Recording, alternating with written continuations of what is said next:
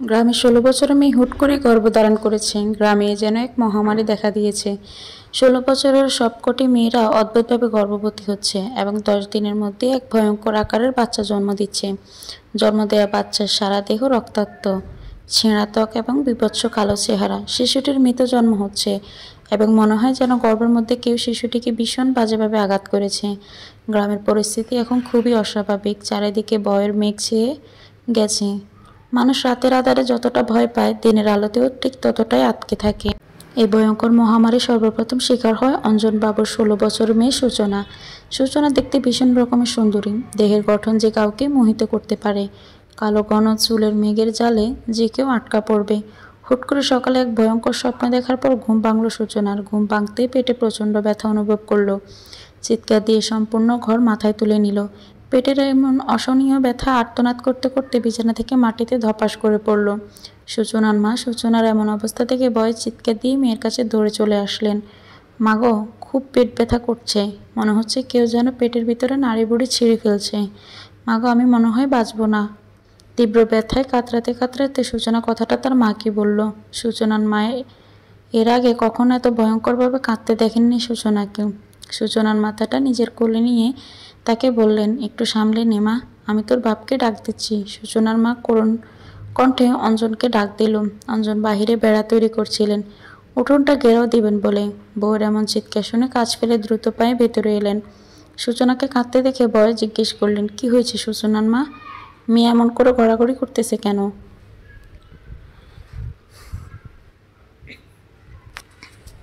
সূচনার মা কাঁদতে কাঁদতে বললেন, দেখেন না মেয়েটার পেটে বেজায় ব্যথা উঠেছে, আপনি একে ডাক্তারকে ডেকে আনেন, জলদি যান আপনি। সূচনা অসহনীয় ব্যথা কাতরাচ্ছে আর মা বলে চিৎকার করছে। পাড়া প্রতিবেশীর চিৎকার শুনে এসেছে। কি হয়েছে? অঞ্জন তড়িঘড়ি করে ডাক্তারবাবুকে নিয়ে এসেছে। ডাক্তারবাবু অনেকক্ষণ আগে থেকে এই গ্রামের লোকজনের চিকিৎসা করে আসতেছেন। নাম অশোক কর্মকার, বয়স 50-এর ঘরে, দাড়ির রং কালো, মাথার চুলে এখনো পাক ধরেনি। ডাক্তারবাবু সূচনার পেটে হাত দিয়ে টিপে টিপে দেখছেন। পেট শক্ত হয়ে আছে, কিন্তু কি হয়েছে সেটা স্পষ্টভাবে বুঝতে পারছেন না। সাধারণ পেট ব্যথার ওষুধ লিখে দিলেন, কিন্তু এই ওষুধে পেট ব্যথা সারল না সূচনার। আশোক বুঝতে পারলো যে এটা সাধারণ কোনো পেট ব্যথা নয়, তাই অঞ্জনবাবুকে পরামর্শ দিয়ে বললেন শহরে ডাক্তারকে দেখিয়ে আসতে।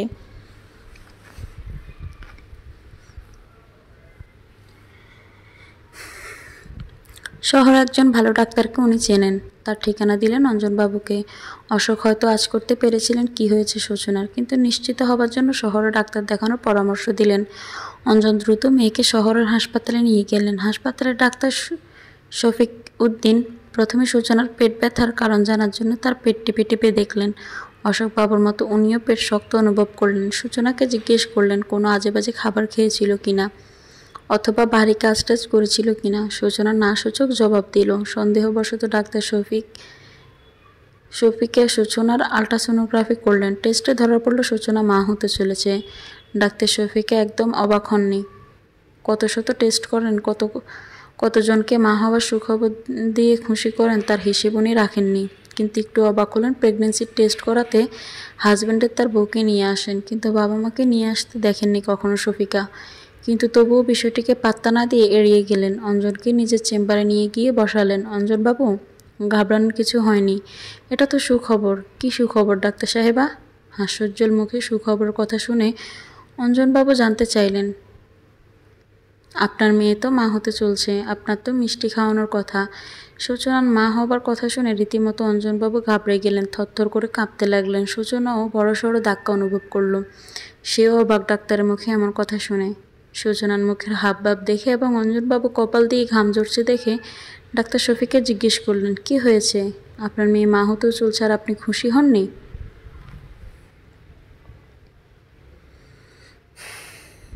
এরপর ডাক্তার শফিকে সূচনার উদ্দেশ্যে জিজ্ঞেস করলেন, সূচনা, তুমি মা হবে, একথা শুনে তোমার চেহারার রং উড়ে গেল কেন? যার মেয়ে বিয়ের পূর্বে মা হতে চলেছে তার বাবা কিভাবে খুশি হবে বলেন ডাক্তার সাহেব? অঞ্জন খুব সহজ সরল মনের মানুষ, মনের ব্যথা লুকিয়ে রাখতে পারেন না। কাঁদতে কাঁদতে তাই সে শফিকাকে কথাটা বললেন। অঞ্জনের মাথায় হাত দিয়ে অসহায় প্রাণীর মতো হামা করে কাঁদতে লাগলো। সূচনাও কাঁদতে লাগলো। এদিকে শফিকা ভীষণ অবাক। বিয়ে হয়নি অথচ মা হতে চলল। সূচনা বিস্মিত কণ্ঠে জিজ্ঞেস করলেন, কি বলছেন? আপনার মেয়ের বিয়ে হয়নি? না ডাক্তার সাহেবা, এখন আমি কোন মুখে যাব গ্রামে? এলাকার লোকজনকে কি বলবো? আমার তো মান সম্মান কিছুই থাকবে না। আমাকে গ্রামের সবাই লাথি মেরে গ্রাম থেকে বের করে দিবে।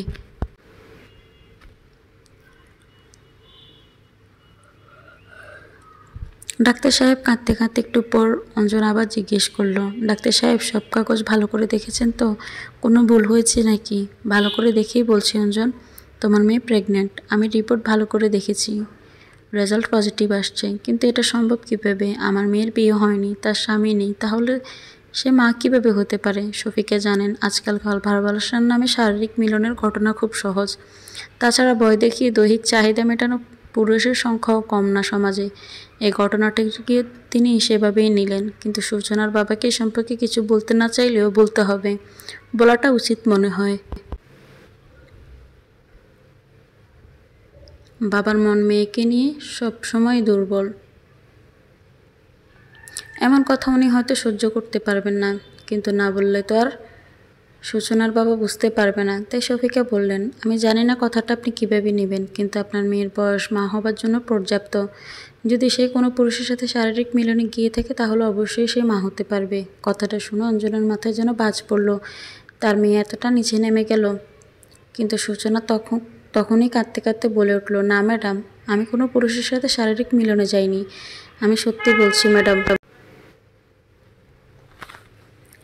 ডাক্তার শফিকা ভাবলেন সে হয়তো ভয়ে সে স্বীকার করতে পারছে না। ডাক্তার শফিকা সূচনাকে শান্তভাবে বোঝালেন, দেখো সূচনা, বয়সের কারণে ভুলবশত মেয়েরা এমন পথে চলে যায়। তুমি ভয় না পেয়ে সত্যটা বলো। সূচনা কাঁদতে কাঁদতে বলল, ম্যাডাম, আমার মায়ের দিব্যি খেয়ে বলছি, আমি এমন জঘন্য কাজ করিনি। শরীফা ভীষণ অবাক হলেন সূচনার কথায়। উনি বিশ্বাস করতে পারছেন না। যদি সূচনা সত্যি বলছে তাহলে সূচনার গর্ভে সন্তানের ভ্রূণ জন্ম নেওয়ার প্রশ্নই আসে না। তাহলে সূচনা তার মায়ের কি মিথ্যে দিব্যি খেয়েছে? অঞ্জন তার মেয়েকে নিয়ে বাসায় এসেছে। সূচনার মা সে তখন থেকে অপেক্ষা করছিলেন অঞ্জনের জন্য, যখন থেকে সে তার মেয়েকে নিয়ে শহরে গেছে। অঞ্জনের মোবাইলও নেই যে তার সাথে যোগাযোগ করে জানবে মেয়ের অবস্থাটা। তাই অঞ্জনকে দেখে অস্থির হয়ে যায় সে। দৌড়ে এসে জিজ্ঞেস করলো, কি বলছেন ডাক্তার? মেয়ে আমার ঠিক আছে তো? অঞ্জনবাবু রাগে দাঁত কটমট করতে করতে জোরে এক থাপ্পড় দিলেন নিজের মেয়েকে। সূচনা থাপ্পড়ের আঘাতে মাটিতে লুটিয়ে পড়ল। ওগো, মারছো কেন আমার মেয়েকে? কি করেছে সে? বিস্মিত কণ্ঠে সূচনার মা জিজ্ঞেস করলো। চোখের জল মুছতে মুছতে অঞ্জন বলল, তোমার মেয়ে এই মুখে চুনকালি মেখে দিয়েছে, বুঝলে? মা হতে চলেছে তোমার মেয়ে। বিয়ের আগে কার সাথে অপকর্ম করে এসেছে কে জানে। আমি গ্রামে কি মুখ দেখাবো এখন? কাঁদতে কাঁদতে অঞ্জনবাবু মাটিতে বসে পড়লেন। আজ নিজেকে সেই সমুদ্রের তীরে বসে থাকতে দেখেছেন অঞ্জনবাবু, যেখানে ওনার আশেপাশে কোনো জনমানব নেই। সূচনার মা কাঁদতে কাঁদতে বেহাল। সূচনার চুল মুঠিবদ্ধ করে জিজ্ঞেস করলেন, হারামজাদি, কার সাথে অপকর্ম করেছিস তুই? কে তোর এই অবস্থার কারণ? কার পাপ নিজের পেটে বড় করছিস? সূচনা অসহায় হয়ে কাঁদতে কাঁদতে বলল, মা গো, আমি জানি না মা, আমি কিচ্ছু করিনি মা, বিশ্বাস করো, আমি জানি না। এটা কেমন হলো? তাহলে মাকে তুই এমনিতেই বনে গেলি? এখন তুই বল, যদি গ্রামের লোকজন জানতে পারে তাহলে আমরা কি জবাব দিব? তুই আমাদেরকে জীবিত মেরে ফেললি রে। কাঁদতে কাঁদতে অঞ্জনবাবু এবং তার স্ত্রী শেষ। এদিকে সূচনার পেটে আবারও ব্যথা শুরু হলো। সূচনা কোনোভাবেই অসহনীয় ব্যথা সহ্য করে রাত পার করে, কিন্তু সকালে তার পেটে আবার ব্যথা উঠল। আর আজ সকালে তার পেট কালকের তুলনায় অনেক বড় দেখাচ্ছে, কিন্তু 6-7 মাসের গর্ভবতী মহিলার মতো। কিন্তু একদিনে পেটের আকার এমন অস্বাভাবিক বেড়ে যাওয়া তো আজব ব্যাপার। সূচনার বাবা মাও অবাক। অঞ্জন সূচনাকে আবার নিয়ে গেলেন ডাক্তার শফিকার কাছে। শফিকা যখন দেখলেন সূচনার পেট এতটা ফুলে উঠেছে তখন অনেকটা ঘাবড়ে গেলেন উনি।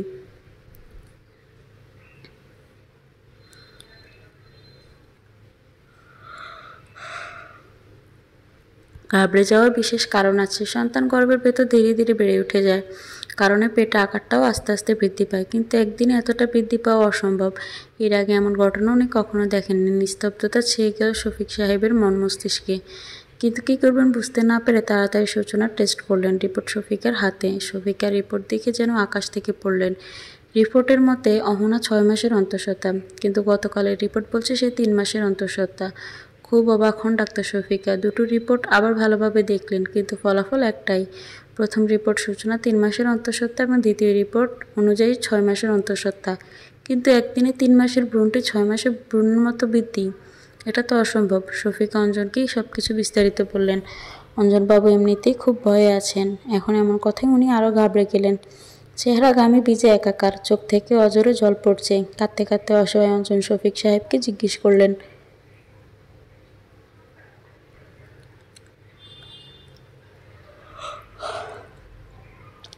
ডাক্তার সাহেবা, এর কোনো উপায় হয় না? আমি গরিব মানুষ, দুবেলা কম খাই, কিন্তু গ্রামের সম্মান সহিত জীবনযাপন করি। যদি মেয়ের ঘটনাটা জানাজানি হয়ে যায় তাহলে মরা ছাড়া আমার আর কোনো উপায় থাকবে না। শফিকার মনে অঞ্জনের জন্য মায়াবোধ লাগলো, কিন্তু এখন করার কিছুই নেই। অসহায় হয়ে উনি বললেন, এখন কোনো উপায় নেই অঞ্জনবাবু। গর্ভপাত করা খুব বড় অপরাধ, কিন্তু যদিও সূচনার গর্ভপাত করে তাহলে সে মারা যাবে, কেননা গর্ভের সন্তান এখন অনেকটা বেড়ে গেছে। আমার কাছে ঘটনাটা একদম সহজ অথবা স্বাভাবিক মনে হচ্ছে না। আপনারা আপনাদের ঈশ্বরকে স্মরণ করুন, উনি হয়তো মুক্তি দিতে পারবেন। শফিকা আন্দাজ করতে পেরেছিলেন এটি ভীষণ অস্বাভাবিক কিছু, কিন্তু এ সম্পর্কে কোনো ইঙ্গিত দেননি অঞ্জনকে। ডাক্তার হয়ে বিজ্ঞানের বিপরীতে গিয়ে কিছু বলাটা ওনার মুখে শোভা পায় না। নিরুপায় হয়ে অঞ্জন ফিরে আসেন গ্রামে। তার স্ত্রী সব কিছু খুলে বলেন। দুজন খুব ভয়ানক পরিস্থিতিতে পড়েন, বুঝতে পারছিলেন না কেন এসব হচ্ছে। এভাবে কয়েকদিন কাটলো। সূচনা প্রতিদিন ব্যথায় কষ্ট পায়, আর্তনাদ করে, কখনো কখনো ব্যথা খুব বেশি করে। সূচনার বাবা বারবার জিজ্ঞেস করলেও সে একই কথা বলে যে সে কিছুই জানে না। কেন কীভাবে তার পেটে সন্তান এসেছে সে জানে না। কিন্তু সূচনা তার বাবা মাকে বলল যে সে রাত্রে খুব ভয়ানক একটা স্বপ্ন দেখেছিল সেদিন। তারপর যখন ঘুম ভাঙল তখন থেকেই তার পেটে ব্যথা শুরু হয়। অহনার বাবা মা জানতে চাইলেন, কি স্বপ্ন সূচনা? সূচনা বলল, আমি স্বপ্নে দেখেছিলাম কয়েকজন পুরুষেরা মিলে আমাকে মাটিতে ফেলে লাঠি দিয়ে পেটাচ্ছে। তারা সবাই লাঠি দিয়ে আমার পেটে আঘাত করছে। আমি ব্যথায় কাতরাচ্ছিলাম, চিৎকার করে বলেছিলাম, আমাকে আর মেরো না।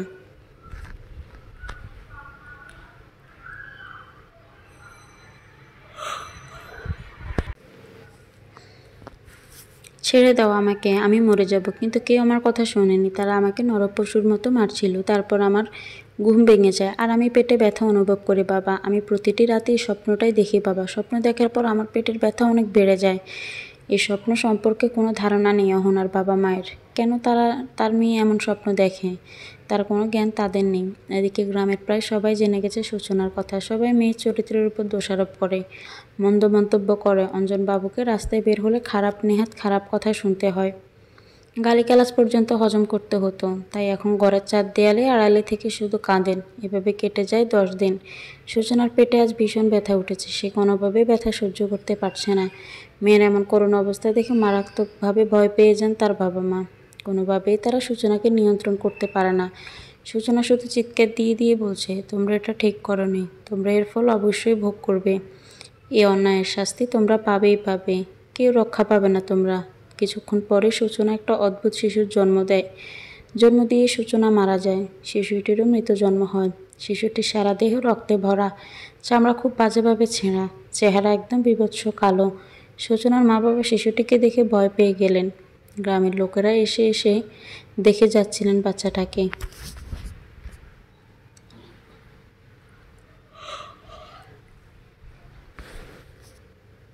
সবাই ভীষণ ভয় পাচ্ছিল এমন অদ্ভুত বাচ্চা দেখে। সবাই যা মুখে আসছে তা বলে দিচ্ছে সূচনার বাবা মাকে। কেউ কেউ বলছে সূচনা কোনো ভূত বা পিশাচ ছিল। কেউ কেউ সূচনার বাবা মাকে এই ঘটনার জন্য দায়ী করলেন। অঞ্জনও তার বউ নীরব হয়ে সব সহ্য করছিলেন। কিন্তু রাত্রে ঘটল ভীষণ বেদনাদায়ক ঘটনা। রাতের আধারে সূচনার বাবা মা ফাঁসি লাগিয়ে আত্মহত্যা করে নেয়। চিরতরে পৃথিবী থেকে চলে যান গ্রামের লোকজন। মনে করেন লজ্জায়, লোকনিন্দার ভয়ে তারা আত্মহত্যা করেন। কিন্তু এই আত্মহত্যা এতটা স্বাভাবিক কোনো বিষয় ছিল না যতটা গ্রামবাসী মনে করেছিলেন। এই আত্মহত্যার পেছনে ভয়ঙ্কর কারণ লুকিয়েছিল। সপ্তাহ 2 পেরিয়ে যাক। গ্রামের লোকজন সূচনার পরিবার এবং সূচনার সাথে ঘটে যাওয়া কথা ধীরে ধীরে ভুলে গেলেন। কিন্তু এই 2 সপ্তাহ পর ঠিক একইভাবে স্বপ্ন দেখেন আরও 7 জন মেয়ে গর্ভধারণ করে। 7 জন মেয়েই 16 বছরের। আর স্বপ্নটাও সেটাই যেটা সূচনা দেখেছিল। কয়েকজন লোক মেয়েগুলোর পেটে সজোরে আঘাত করছে, শক্ত শক্ত লাঠি দিয়ে। তারা চিৎকার করে, আকুতি মিনতি করে সেই লোকের কাছে ক্ষমা চায়, তাদেরকে ছেড়ে দেওয়ার জন্য অনুরোধ করছে। কিন্তু তাদের সব অনুরোধ উপেক্ষা করে লোকেরা মেয়েগুলোকে মেরেই চলেছে। যখন স্বপ্ন ভাঙে মেয়েরা পেটে প্রচণ্ড ব্যথা অনুভব করে, ঠিক সূচনার মতো। ব্যথায় কাতরাতে থাকে, কিন্তু কি হয়েছে, কিভাবে হয়েছে কেউ বুঝতে পারে না।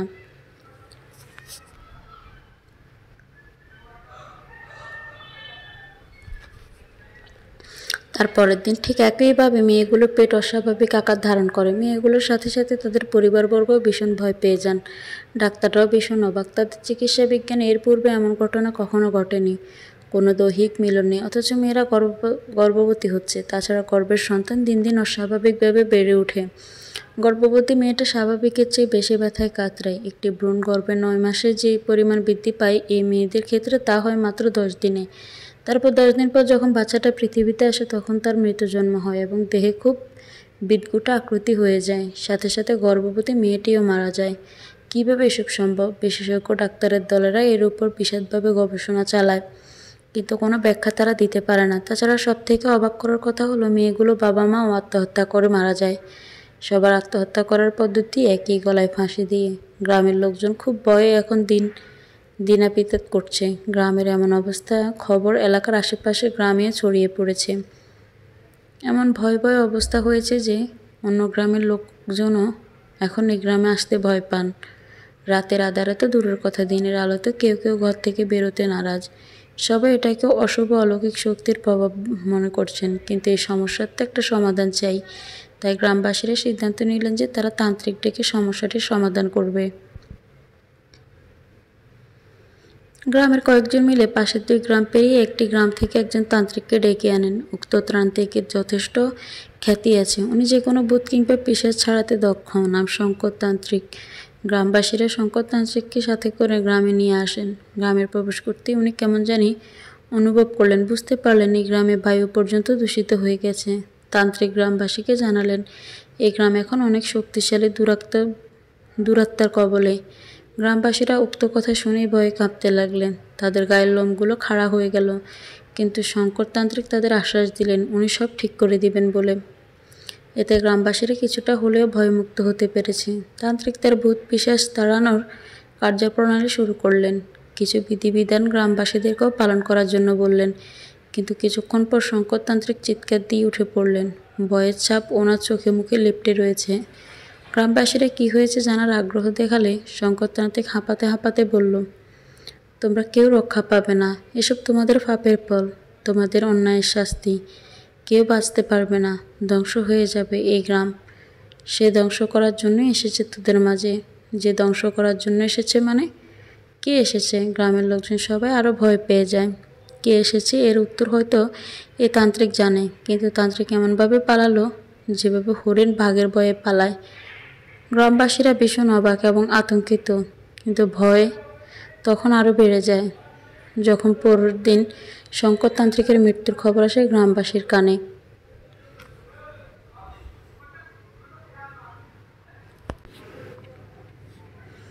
শঙ্করতান্ত্রিকের মৃত্যু গ্রামবাসীকে ভয়ের সাগরে ডুবিয়ে দেয়। শঙ্করতান্ত্রিক তার জীবনকালে অনেক মানুষকে ভূত প্রেতের হাত থেকে রক্ষা করিয়েছেন। তার নামের অনেক সুনাম এলাকায় এবং এলাকার বাহিরেও।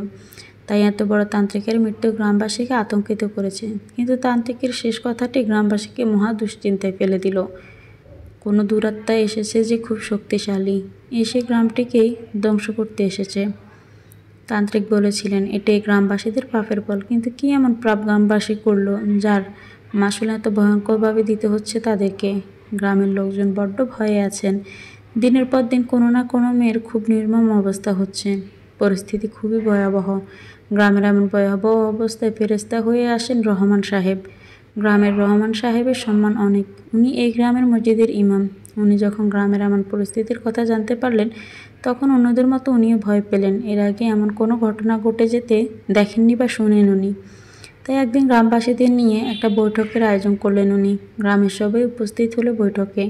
গ্রামবাসীরা যথেষ্ট মানেন ওনাকে। বৈঠক থেকে একজন ইমাম সাহেবকে সব ঘটনা বিস্তারিত জানিয়ে বলল,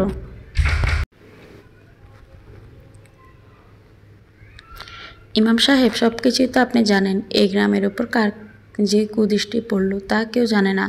মেয়েরা তাদের অজান্তেই মা হয়ে মারা যাচ্ছে, এমনকি তাদের বাবা মাকেও ছাড়ছে না এই দুরাত্মা।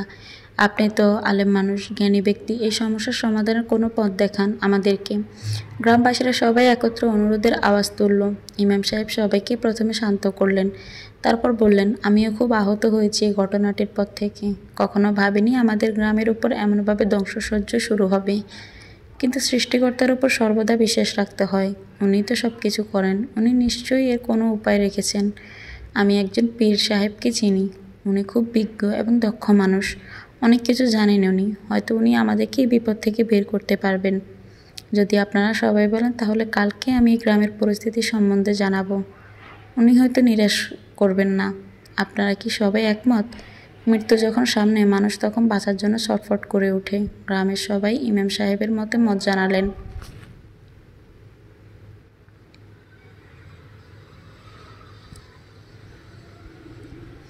ইমাম সাহেব ওনাদেরকে বললেন, কিন্তু পীর সাহেবকে পাওয়াটা সহজ না। ফোন লাগিয়ে ওনার সাথে যোগাযোগ করা অসম্ভব। উনি এসব ব্যবহার করেন না। তবে হ্যাঁ, কয়েকজন মিলে ওনার গ্রামে গেলে উনি আমাদেরকে ফিরিয়ে দিবেন না।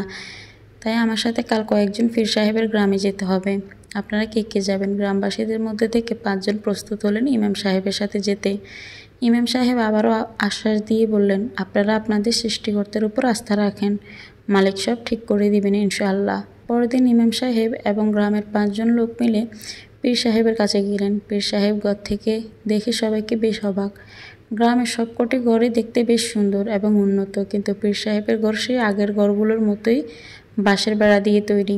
ইমাম সাহেব অবশ্য আগে 2-1 বার প্রয়োজনে এখানে এসেছেন, তাই ওনার কাছে সব পরিচিত। ইমাম সাহেবের সাথে 5 জন লোককে দেখে পীর সাহেব তাদের বসতে বললেন।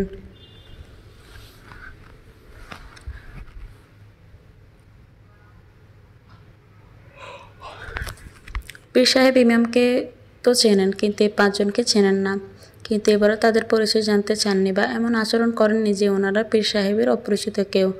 গ্রামবাসীরা এটা নিয়ে ভাবেননি বা অবাক হননি, কিন্তু গ্রামবাসীরা তখন খুব অবাক হন যখন পীর সাহেব বললেন, তোমরা ভাবছো গ্রামের ঘরগুলো এত সুন্দর, কিন্তু পীর সাহেবের ঘর কেন এমন বাঁশের বেড়া দিয়ে তৈরি? আমার তো ঘর পরিবার সব পরম করুণায় আল্লাহকে নিয়েই। ওনাকে ছাড়া এই পৃথিবীতে আমার কেউ নেই। উনিই হলেন সবার বাবা মা। আপনাদের চেহারায় বেশি ওঠা ভয়ের ঝলছাপ আমি দেখতে পাচ্ছি। এই ভয় আপনাদেরকে এখানে এত দূর টেনে নিয়ে এসেছে। পীর সাহেবের কথা শুনে লোকগুলো একদম হতভম্ব হয়ে গেল।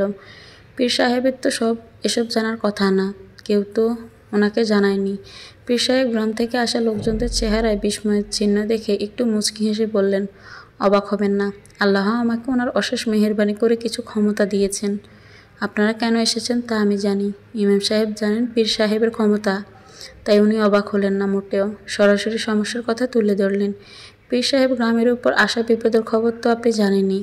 আমরা কেউই এই সমস্যার উৎপত্তি কিভাবে হলো আর সমাধান কিভাবে তা বুঝতে পারছি না, তাই আপনার নিকট শরণাপন্ন হয়েছি।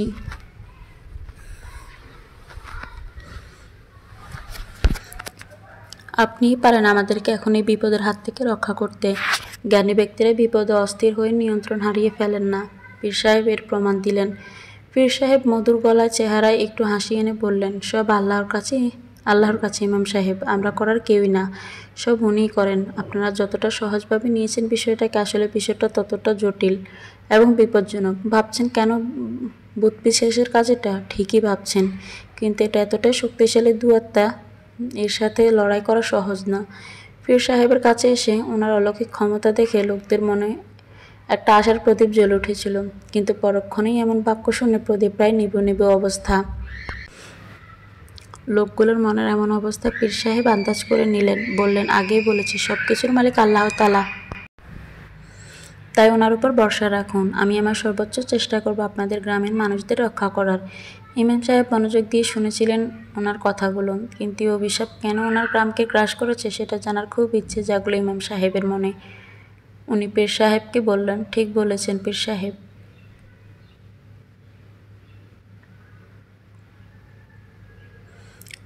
আল্লাহই সব কিছুর মালিক। কিন্তু পীর সাহেব, আমাদের গ্রামে এরকম তো আগে কখনো ঘটেনি। তাহলে এখন এমনটা কেন হচ্ছে? কেন গ্রামের মেয়েরা হুট করে এভাবে সন্তান জন্ম দিচ্ছে? পীর সাহেব নিশ্চুপ বসে রইলেন। কিছুক্ষণ পর একটা দীর্ঘশ্বাস ছেড়ে বললেন, এটা গ্রামবাসীদেরই পাপের ফল। লোকজনেরা পীর সাহেবের কথায় ভীষণ অবাক। কোন পাপের কথা বলছেন পীর সাহেব? মনে সবার একটাই প্রশ্ন। সে 5 জন লোক এবার একসাথে জিজ্ঞেস করে উঠলেন, বাবা, কোন পাপ? ঠিক 20 বছর আগে আপনারা কয়েকজন মুরব্বীরা মিলে একটা বিচার করে দিয়েছিলেন আপনাদেরই গ্রামের একটা মেয়েটার সাথে জোরপূর্বক অপকর্ম করা করেছিল আপনাদেরই গ্রামের প্রভাবশালী বাপের কয়েকজন ছেলেরা। মনে আছে? বিচারকদের মধ্যে থেকে একজন ব্যক্তি এখানে এসেছেন। 5 জন লোকের মধ্যে থেকে একজন বলল, আমি ছিলাম বিচারক। আপনার নাম রবিন। লোকটা যথেষ্ট অবাক হলো, কেননা রবিন তারই নাম। কিন্তু এতক্ষণে সে পীর সাহেবের ক্ষমতা আন্দাজ করতে পেরেছেন, তাই নিজেকে স্বাভাবিক করে বলল, আমিই রবিন। বিচারে সেদিন আমিও রায় দিয়েছিলাম। জানি ঘটনাটা পুরোপুরিই আমি জানি, তবুও আমি আপনার মুখে শুনতে চাই সম্পূর্ণ ঘটনা। একদম শুরু থেকে শেষ পর্যন্ত বলবেন কি হয়েছিল। রবিন বলতে শুরু করলো। সে অতীতের ঘটনাটুকু পীর সাহেবের কাছে।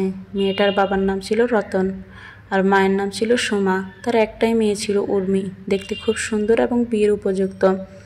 বাবা মা ছিলেন নেহাত গরিব, সমাজে ছিল তারা নিচু জাতি। তো একদিন সেই মেয়ে ও তার বাবা মা কাঁদতে কাঁদতে গ্রামের প্রধানের কাছে, অর্থাৎ আমাদের কাছে নালিশ নিয়ে আসলো।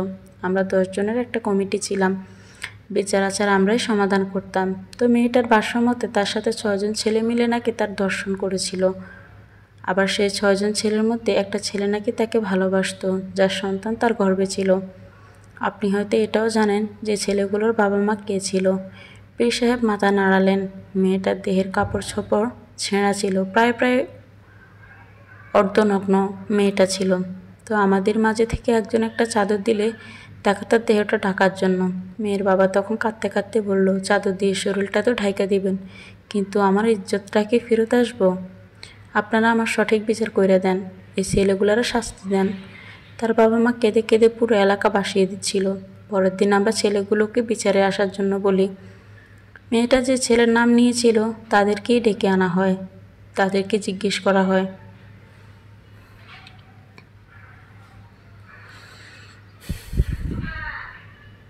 মেয়েটা যা বলছে তা কি সত্য? তখন 6 জন ছেলের মধ্যে থেকে সুজয় যা বলল তা ছিল এমন, আমরা এই বিষয়ে কিচ্ছু জানি না, কিন্তু আমি মেয়েটাকে পছন্দ করতাম। কিন্তু একদিন আমি শুনতে পাই যে মেয়েটার সম্পর্ক ছিল কোনো এক ছেলের সাথে, আর ওই ছেলেটাই বাচ্চা তার পেটে। কিন্তু এখন নাকি ছেলেটা অস্বীকার করে বলছে সে মেয়েকে বিয়ে করবে না। তাই উর্মি এবং তার বাবা মা আমাদেরকে ফাঁসানোর জন্য, তার মেয়ের বিয়ে যেন আমাদের সাথে দিতে পারে, এই জন্য ষড়যন্ত্র আঁটছেন। কথাগুলো শুনবার পর আমরা উর্মির বাবা মাকে জিজ্ঞেস করলাম। তারা বলল, আমরা বিন্দুমাত্র মিথ্যে বলছি না। আমরা যদি সুজয়ের বিরুদ্ধে ষড়যন্ত্র করতাম তাহলে এতজন ছেলের উপর দোষারোপ কেন করতাম বলেন? তখনই সুজয় দাঁড়িয়ে বলল, তোরা নিচু জাতির হলে কি হয়েছে, বুদ্ধিতে আমাদের থেকে দুই কদম এগিয়ে।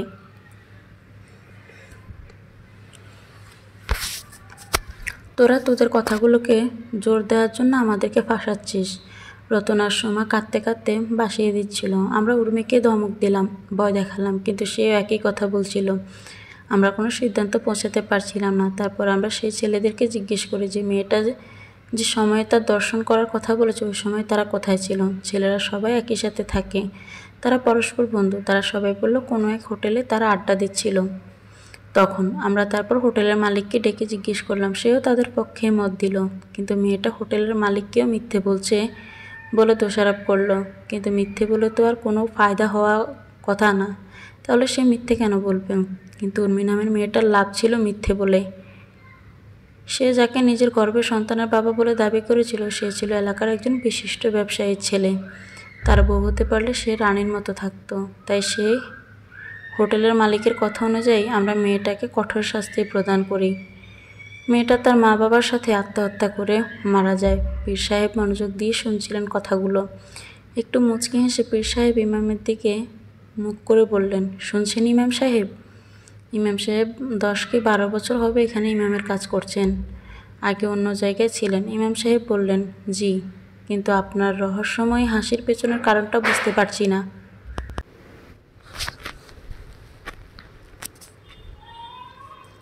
পীর সাহেব আরেকটু হাসলেন, তারপর রবিনের দিকে তাকিয়ে বললেন, রবিন সাহেব, আমি আগেই বলেছিলাম আমি সব জানি। আপনি যা বলেছেন ঠিকই বলেছেন, কিন্তু অসম্পূর্ণ বলেছেন। কথাটা শুনে রবিনের মুখ বেঁকে গেল। পীর সাহেব বললেন, আমি সম্পূর্ণ করছি ঘটনাটা। যে ছেলেগুলোর উপর উর্মি দোষারোপ করেছিল তাদের বাবারা মিলে বিচারের আগের দিন আপনাদেরকে 1 লক্ষ টাকা নগদ দিয়েছিল এবং বলেছিল যেভাবেই হোক তাদের ছেলেদের উপর যেন কোনো দোষ না আসে। বাস্তবে ছেলেরা ঠিকই মেয়েটার সাথে কুকর্ম করেছিল, কিন্তু আজও গ্রামের মানুষেরা জানে না যে আপনারা টাকার জন্য ঈমান বিক্রি করে দিয়েছিলেন। একটা মেয়ে কখনো নিজের ইজ্জত নিয়ে এতটা লোকের সামনে মিথ্যে বনোয়ার দোষারোপ করতে আসবে না। আজ সেই মেয়েটাই তার সাথে হওয়া অন্যায়ের প্রতিশোধ নিতে এসেছে।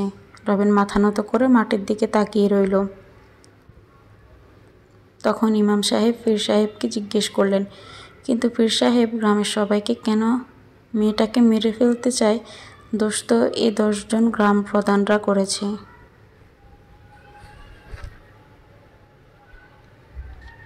বিচার শেষে মেয়েটাকে গ্রামের লোকজন অনেক মারধর করেন। মেয়েটার সাথে পেটের বাচ্চাটাও তখন আঘাত পেয়ে পেটের ভিতরেই মারা যায়। তাই গ্রামের প্রতিটা মানুষ তার নজরে শত্রু, বেঈমান। কিন্তু পীর সাহেব সেই মেয়েগুলো তো কোনো দোষ নেই যারা এসবের শিকার হচ্ছেন। দোষ তো উর্মিরও ছিল না, কিন্তু তাকে তো অন্যায়ের শিকার হতে হয়েছে। উর্মির সাথে যখন এসব ঘটে তখন সে মাত্র 16 বছরের ছিল। তাই সে প্রতিটি 16 বছরের মেয়েকে এভাবে কষ্ট দিচ্ছে, যেভাবে সে নিজে পেয়েছে। যে 7 জন এই কয়েকদিনে এভাবেই মারা গেছে, তাদের মধ্যে 5 জনই ছিলেন 5 জন গ্রাম প্রধানের মেয়ে। পীর সাহেব এবার রবিনের দিকে তাকিয়ে বললেন, তোমার মেয়েও তো এবার 16 বছরে প্রবেশ করেছে নাকি? রবিন কথাটা শুনেই ভয় পেয়ে যায়।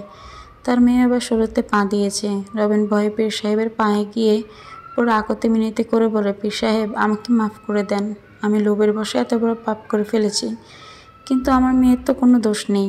তাকে বাঁচান পীর সাহেব। পীর সাহেব বললেন, ক্ষমা করার মালিক ঈশ্বর, ওনার কাছে ক্ষমা চাও। আমাকে আল্লাহ এসব ক্ষমতা দিয়েছেন মানব সেবার জন্য, কিন্তু কোনো পাপীকে বাঁচানোর জন্য নয়, পাক মানুষের রক্ষা করার জন্য। আপনি ঠিকই বলেছেন, আপনার মেয়ের কোনো দোষ নেই। আমি সেই সব নিরাপদ মেয়েদেরকে বাঁচানোর জন্যই আপনাদের গ্রামে যাব। জানি না পারবো কি না, কিন্তু আমার তো চেষ্টা করবে। এতে আমার মৃত্যুও হতে পারে, কারণ আপনাদের সীমাহীন অন্যায় অত্যাচারের কারণে তার আত্মা খুবই, যার কারণে সে অধিক শক্তিশালীও। তবুও বলছে, সৃষ্টিকর্তার উপর আস্থা রাখুন, উনি সব ঠিক করে দেওয়ার ক্ষমতা রাখেন। পরের দিন পীর সাহেব ইমাম সাহেবের সাথে গ্রামে চলে আসলেন। ইমাম সাহেব এবং ওনার সাথে যাওয়া লোকেরা পীর সাহেবের সাথে হওয়া সব কথোপকথন বিস্তারিত জানালেন। সবাই সব কিছু জেনে পীর সাহেবের ক্ষমতা কতটুকু তা বুঝতে পারলেন। গ্রামের লোকজনদের মনে একটা আশার প্রদীপ জ্বলে উঠল। সবাই পীর সাহেবের উপর ভরসা করে আছেন। এদিকে রবিনের জন্য একটা দুঃসংবাদ অপেক্ষা করছিল। গ্রামে আসতেই সে জানতে পারল সকালে তার মেয়ের ঠিক একইভাবে পেটে ব্যথা উঠেছে।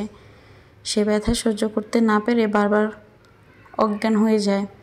রবিন খবরটা পেয়ে একদম দিশেহারা হয়ে যায়। সে সব কিছু ভুলে তার মেয়েকে দেখার জন্য দৌড়ে যায় ঘরে। পীর সাহেবও পেছনে পেছনে যান ইমাম সাহেবের সাথে নিয়ে।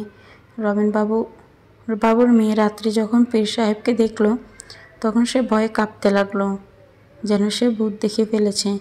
রাত্রি ভয়ে দূরে সরে যেতে লাগলো। পীর সাহেব রবিনকে বললেন মেয়েকে ধরতে, কিন্তু রবিন একা তার মেয়েকে সামাল দিতে পারছিলেন না। মেয়েটার দেহে তখন এতই শক্তি ছিল যে সে তার বাবাকে ধাক্কা দিয়ে দূরে ফেলে দিচ্ছিল। পীর সাহেব সাথে থাকা 4 জন লোককে বললেন মেয়েটিকে ধরে রাখার জন্য। তারা মিলে মেয়েটিকে কোনোভাবে সামাল দিল। পীর সাহেব রাত্রির পেটে হাত বুলিয়ে দিলেন। ধীরে ধীরে রাত্রির পেট ব্যথার উপশম হলো। রবিনবাবু পীর সাহেবের কাছে অনেক অনেক কৃতজ্ঞ জানালেন, কিন্তু তবুও রবিনের মনে ভয়ের মেঘ গর্জন করছে। সে পীর সাহেব কে জিজ্ঞেস করল। পীর সাহেব, আমার মেয়ে তো ঠিক হয়ে গেছে, তাকে তো আর সে আত্মাটা মেরে ফেলবে না। পীর সাহেব বললেন, ঠিক হয়নি রবিন সাহেব, আমি শুধু তার পেটের ব্যথাটাকে কমাতে পেরেছি। তার গর্ভে সেই সন্তানটা চলে এসেছে। রবিন অসম্ভব ভয় পেয়ে যায়। তাহলে তার মেয়েও অন্যদের মতোই মারা যাবে? প্রশ্নের ঢেউ উঠেছে রবিনের মনে। পীর সাহেবকে রবিন জিজ্ঞেস করল, তাহলে আমার মেয়েকে বাঁচানোর কি কোনো উপায় নেই? পীর সাহেব, মরা বাঁচা তো আল্লাহর হাতে, উনি যা চাইবেন তাই হবে। আমি আপ্রাণ চেষ্টা করব আপনার মেয়েকে এবং এই গ্রামকে বাঁচানোর। দয়া করে দ্রুত কোনো উপায় করুন পীর সাহেব। রবিনের করুণ কণ্ঠ তার মনে অবস্থা বলে দিচ্ছিল। তার মেয়েকে সে কতটা ভালোবাসে সেটার প্রমাণ দিচ্ছিল। পীর সাহেব বললেন, আল্লাহর উপর বিশ্বাস রাখুন। তারপর পীর সাহেব রবিনকে বললেন গ্রামের সবাইকে একসাথে নিয়ে শ্মশানে যেতে। ইমাম সাহেব আর পীর সাহেব আগে শ্মশানে চলে গেলেন। ইমাম সাহেব ভীষণ অবাক শ্মশানে যাওয়ার কথায়। তাই পীর সাহেবকে ইমাম সাহেব জিজ্ঞেস করলেন, পীর সাহেব, শ্মশানে কেন যাচ্ছেন?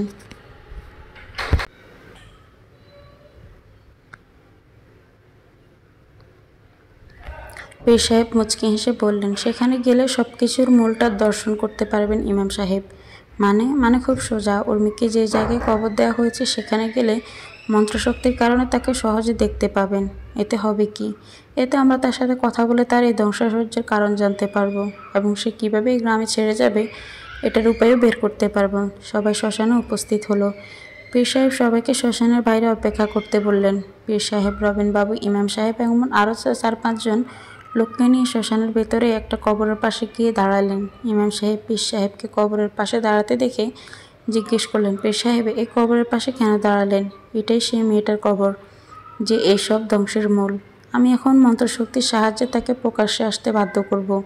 আপনারা সবাই চুপ করে থাকবেন, আর যখন সেই মেয়েটার সাথে আমি কথা বলবো আপনারা কেউ পালাবেন না, আর চুপ করে থাকবেন। সবাই সম্মতি জানালেন।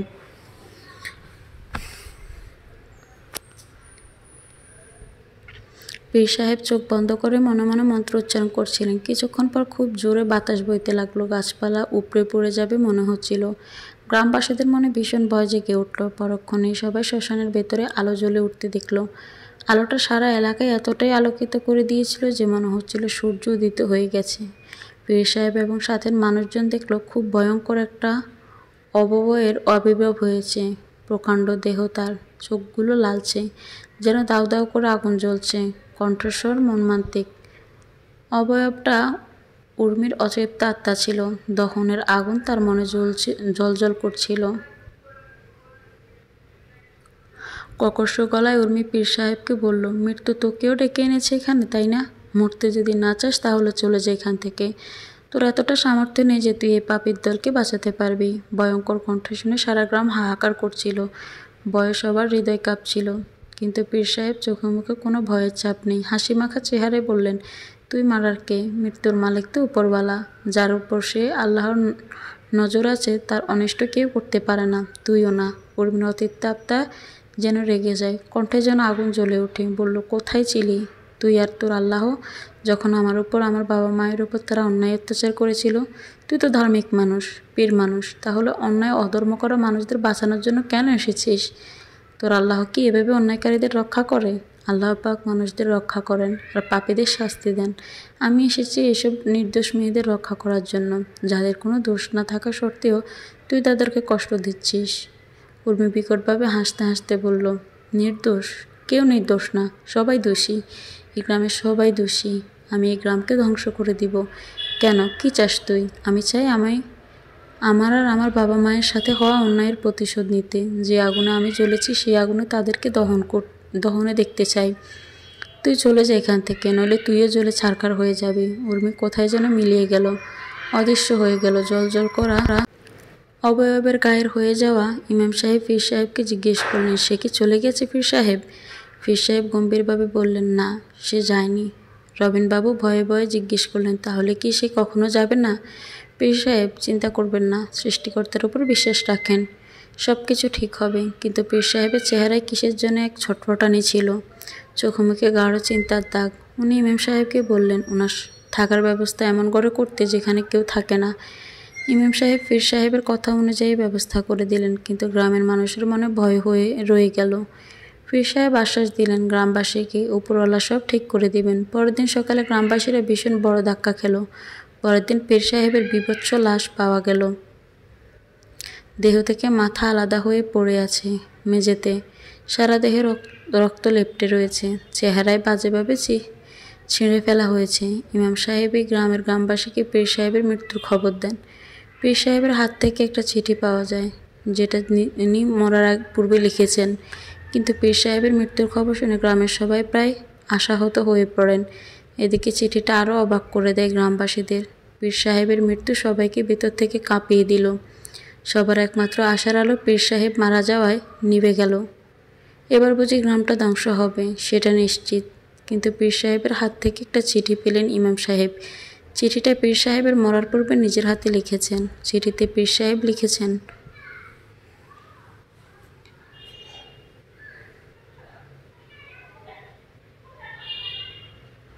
ইমাম সাহেব, আমি আপনার কাছে এমন একটা ঘরের ব্যবস্থা করতে বলেছিলাম যেখানে আমি ব্যতীত কেউ থাকবে না। কারণ ছিল আমি জানতাম যে আজ রাতে আমার মৃত্যু হয়ে যাবে। যদি আমার সাথে অন্য কেউ ঘুমোতেন তাহলে তারও মৃত্যু নিশ্চিত ছিল। সেই দুরাত্মা এতটাই শক্তিশালী যে আমার পক্ষে তাকে নষ্ট করা সম্ভব ছিল না, কেননা সে প্রতিশোধের আগুন জ্বলছিল। আর প্রতিশোধের আগুনে জ্বলতে থাকা আত্মা প্রতিনিয়ত শক্তিশালী হতে থাকে। উর্মির সাথে সাথে অনেক বড় অন্যায় হয়েছে। তার এবং তার বাবা মায়ের মৃত্যুর জন্য যে গোটা গ্রামের লোকজন দোষী মনে করে, তাই সে এই গ্রামটিকেই শেষ করে দিতে চায়। কিন্তু কেউ আসবে যে আপনাদেরকে রক্ষা করবে, তাই আশাহত হবেন না। সবথেকে শক্তিশালী হলেন সৃষ্টিকর্তা, ওনার উপর আস্থা রাখুন, উনিই সব ঠিক করবেন। পীর সাহেব যখন চিঠিটা লিখে শেষ করলেন, তার কিছুক্ষণ পরে পীর সাহেবের সামনে উর্মির দুরাত্মা আবির্ভাব ঘটে। পীর সাহেব উর্মির আত্মাকে দেখে একদম ভয় পাননি, স্বাভাবিক হয়ে বললেন, তুই কেন নিষ্পাপ গ্রামবাসীদের ক্ষতি করছিস? তারা তো তোর কোনো ক্ষতি করেনি, যারা ক্ষতি করেছে তাদের সবাই তো প্রায় শেষ, তাহলে কেন তুই এই ধ্বংসসজ্জকে থামাচ্ছিস না? উর্মি ভয়ঙ্কর হাসি দিয়ে বলল, সব গ্রামবাসীরাই দোষী, তাদের কাউকে আমি ছাড়ব না, সবাইকে আমি মেরে ফেলবো। আর তোকেও বলছিলাম চলে যা, কিন্তু তুই যেতে চাসনি, তুই বুঝলি তোর মৃত্যুই চাস। কথাগুলো বলে উর্মি তার গলা ধরে নখের আঘাতে পীর সাহেবকে মেরে ফেলল। কিন্তু পীর সাহেব জানতেন যে ওনার মৃত্যু অবধারিত, তাই উনি মৃত্যুর পূর্বে এই চিঠিটা লিখে যান। ইমাম সাহেবের গ্রামবাসীর সামনে চিঠিটা পড়লেন। চিঠিতে লেখা কথাগুলো শুনে তারা ভয় পেয়ে গেল, বুঝতে পারলো উর্মির মনে কী পরিমাণ প্রতিশোধের আগুন জ্বলছে, আর এই আগুনে তাকে অনেক শক্তিশালী করে তুলেছে। হয়তো তাকে দমন করা সম্ভব না, কিন্তু পীর সাহেব চিঠিতে লিখে গেছেন যে কেউ আসবে গ্রামের রক্ষার্থে। কে সে? সবার মনে একটাই প্রশ্ন, কে সে? কিন্তু সবাই কথাটা বিশ্বাস করে নেয়, কারণ পীর সাহেব অনেক কথাই বলেছেন যা সত্য প্রমাণিত হয়েছে। দিন দিন উর্মির ধ্বংসসজ্জ সীমার বাইরে যেতে লাগলো। দৈনন্দিন মেয়েরা মারা যাচ্ছে, এমনকি রবিনবাবু এবং তার মেয়েও বেছে নেই। গ্রামটা যেন শ্মশানে পরিণত হয়ে গেছে। সব দিকে দিনের পর দিন মৃত্যুর খবর বেড়ে চলেছে। এমন অবস্থায় গ্রামের মানুষেরা আতঙ্কিত হয়ে উর্মির নিকট বন্দনা শুরু করে। গ্রামের প্রত্যেকটা মানুষের মনে হাহাকার আর চোখে জল। গ্রামবাসীরা উর্মির কাছে ক্ষমা চাইতে চাইতে বলল, আমাদের সবাইকে ক্ষমা করে দাও, আমরা সবাই তো নির্দোষ, আমাদের মেয়েরা তো কিছুই করেনি, তারা তোমার ক্ষতি করেনি, তাহলে কেন তাদেরকে তুমি শাস্তি দিচ্ছ? দয়া করে সব নির্দোষ মেয়েদেরকে মেরো না। তখনই আকাশ থেকে বিকট হাসির আওয়াজ ভেসে আসে, ভয়ঙ্কর হাসি। হাসিটি উর্মির ছিল, তার হাসি শোনা যাচ্ছিল, কিন্তু সে আকাশে অদৃশ্য ছিল। হাসতে হাসতে এক পর্যায়ে সে সকল গ্রামবাসীকে বলল, তোরা নির্দোষ। কেমন লাগছে এখন, যখন তোদের মেয়েরা কষ্ট পেয়ে মারা যাচ্ছে? কেমন লাগছে? ঠিক তেমনটাই লেগেছিল আমার বাবা মায়ের, যখন তোরা আমাকে কষ্ট দিয়ে দিয়ে মেরে ফেলেছিলি। আমিও তো নির্দোষ ছিলাম, কিন্তু তখন তো তোরা কেউ এগিয়ে এলি না আমাকে বাঁচাতে। গ্রামের লোকেরা আকুতি মিনতি করে বলল, আমরা তো কেউই সত্যতা জানতাম না। গ্রামের প্রধানরা অপরাধীদের সাথে মিলে অন্যায় করেছে তোমার সাথে, তারা তো তাদের প্রাপ্য শাস্তিটুকু পেয়েই গেছে। তাহলে এখন এই নির্দোষ মানুষগুলো তো ছেড়ে দাও, কেউ বাঁচবে না, কেউ না। উর্মি গ্রামবাসীদের কথা মেনে না নিল না। দিন যতই যেতে লাগলো, গ্রামের অবস্থা ততই খারাপ হতে লাগলো। দিনের পর দিন মৃত্যুর তাণ্ডব চলছে, মানুষের চোখের সামনে মানুষ মরছে। গ্রামবাসীরা ভয়ে ভয়ে দিনপাতি করছে, আশাহীন রয়ে সবাই বেঁচে আছে মৃত্যুর অপেক্ষায়। একদিন গ্রামে একজন সাধুর আবির্ভাব ঘটল। বয়স প্রচুর হবে, একশোর ঊর্ধ্বে, কিন্তু শরীরে এখনও ব্যাপক তেজ। চোখ মুখের দিকে তাকালে অদৃশ্য অলৌকিক শক্তির অনুভব হয়। সাধু বাবা গেলেন গ্রামের মন্দিরে। মন্দিরের পণ্ডিত সাধু বাবাকে দেখে অবাক, এর আগে কখনো ওনাকে দেখা যায়নি এই গ্রামে। সাধু বাবাকে পণ্ডিত জিজ্ঞেস করলেন, বাবা আপনি কোথা থেকে এসেছেন? এর আগে তো কখনোই গ্রামে আপনাকে দেখিনি। সাধু বাবা মৃদু হেসে বললেন, সাধু সন্ন্যাসীদের কোনো নির্দিষ্ট ঠিকানা নেই পণ্ডিত মশাই, তারা এক জায়গায় বাস করে না, যখন যেখানে ইচ্ছে বিচরণ করে। কিন্তু পণ্ডিত মশাই, এই গ্রামে ঢোকার পর একটা অশুভ অনুভূতি হলো। গ্রামে মনে হচ্ছে কয়েকদিন থেকে অশুভ ঘটনা ঘটছে। সাধু বাবার কথা শুনে পণ্ডিত মশাইয়ের মুখ গম্ভীর হয়ে গেল। তিনি বললেন, ঠিক বলেছেন বাবা, গ্রামে অশুভ শক্তির নজর আছে, সেই গ্রামটিকে ধ্বংস করে দিতে চায়। পণ্ডিত সাধু বাবাকে সব কিছু খুলে বললেন। সাধু বাবা তখন পণ্ডিত মশাইকে বললেন, ঈশ্বর সর্বশক্তিমান, ওনার উপরে কেউ নেই, আত্মাও পরমাত্মার অধীন। আমি একবার চেষ্টা করে দেখতে চাইব, ঈশ্বর যদি চান তাহলে এই অশুভ শক্তির বিনাশ হবেই। পণ্ডিত মশাইয়ের মনে একটা আশার আলো জাগলো। উনি সাধু বাবাকে নিয়ে গ্রামের লোকজনদের সম্মুখে গেলেন। গ্রামের মানুষ সাধু বাবার কথা শুনে বললেন, সাধু বাবা, এই আত্মাটা অনেক শক্তিশালী, সে এত সহজে নষ্ট হওয়ার নয়, তার ক্ষমতাও অসীম। সাধু বাবা আবার মৃদু হেসে বললেন, সব ক্ষমতার উৎস ঈশ্বর, উনি উনি অসীম ক্ষমতার অধিকারী, আপনারা ওনার উপর বিশ্বাস রাখেন। এই অশুভ শক্তির বিনাশ নিশ্চিত। গ্রামের মানুষের মনে সাধু বাবার কথাগুলো জায়গা করে নিল। সবাই আবার বিশ্বাসী হলো। সাধু বাবা মন্দিরে গেলেন সকল গ্রামবাসীদেরকে নিয়ে। তারপর সাধু বাবা পণ্ডিত মশাইয়ের সাহায্যে একটা যজ্ঞের আয়োজন করলেন। শুরু হলো সেই অশুভ শক্তির আহ্বান। যজ্ঞ শুরুর কিছুক্ষণ পূর্বেই চারিদিকে বিকট হাসির আওয়াজ ভেসে উঠল। হাসির প্রতিধ্বনি এতটাই জোরালো ছিল যে গ্রামের কোনায় কোনায় আওয়াজ ছড়িয়ে পড়ল। গ্রামবাসীরা আরেকবার উর্মির অশুভ অভয়কে দেখতে পেল। উর্মির অশুভ আত্মাটি হাসতে হাসতে বলতে লাগলো, এখন তুই এসেছিস আমাকে বিনাশ করবি বলে? তুই জানিস না, তোর আগে একদিন এসেছিল। সে ভেবেছিল আমাকে ধ্বংস করে দিবে। সে নিজেই নিজের মৃত্যুর দিকে দৌড়াচ্ছিল। আমি তাকে বলেছিলাম চলে যেতে, কিন্তু সে যায়নি। তাই চিরকালের জন্য তাকে যেতে হলো। তুইও বাঁচবি না। সাধু বাবা হাসলেন, বললেন, সব জানি। সেই পীর সাহেবের কথা সব কিছুই আমার জানা, কিন্তু তুই জানিস না যে পীর সাহেবকে মেরে তুই নিজের ধ্বংসের বীজ রোপণ করেছিস। প্রতিশোধের আগুনে জ্বলতে জ্বলতে তুই অনেক শক্তিশালী হয়ে উঠেছিস, কিন্তু নির্দোষ মানুষের প্রাণ নিয়ে তুই নিজেই শক্তিহীন করছিস। তারপর যখন পীর সাহেবের মতো পুণ্যাত্মাকে তুই হত্যা করলি, তখন তোর শক্তি আরও ক্ষীণ হয়ে গেল। তুই অশুভ শক্তি হয়ে একটা পুণ্যাত্মাকে হত্যা করে নিজের বিনাশ নিজেই করেছিস। উর্মির দুরাত্মা কথাগুলো শুনে বিকট হাসি দিতে লাগলো, কিন্তু কিছুক্ষণ পর সে নিজেকে তিলে তিলে ধ্বংসের দিকে ধাবিত হতে দেখে আর্তনাদ করে উঠল। হাসির আওয়াজ ততক্ষণে চিৎকারে পরিণত হয়ে গেল।